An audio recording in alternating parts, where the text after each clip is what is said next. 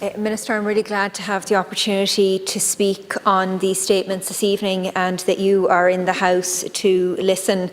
My hometown is Balladreen in West Roscommon. This is an issue I have raised repeatedly since being elected in 2020 because our town was one of very few in the entire state actually back in 2017 when the Syrian refugees arrived to Ireland.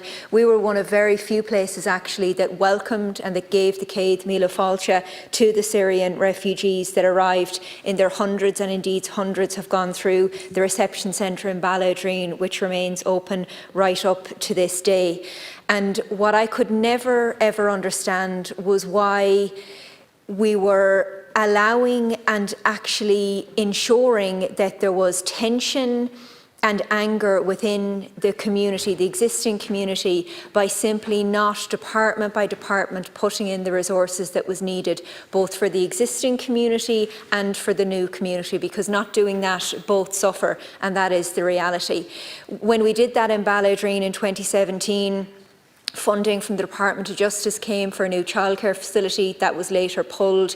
The primary care centre was promised, that had first been promised way back in 2012, but because of the severe capacity issues on both GPs in the town, both which are at capacity and have been for a long time, both with waiting lists and has been for a long time, we're now back to square one with the primary care centre. It hasn't been delivered and it's going now once again to tender.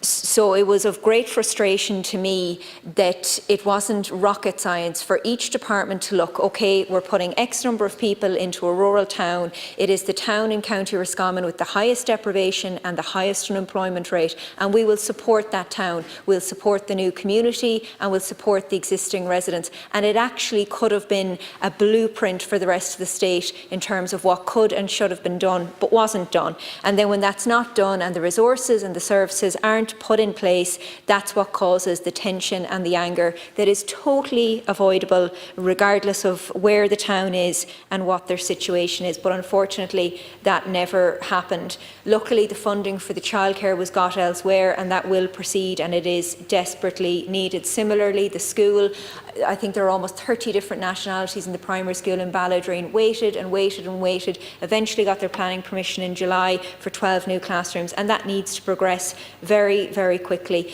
So I hope the lessons will be learned where towns welcome, where they do right by people, that they'd be supported. That wasn't the case in Balladreen. The reception centre is now seeking an extension, and that's with the council for planning. But again, these are the mistakes that have been made in terms of letting good towns down, towns with good communities that struggle as it is, and that were really let down by this government. Thank you.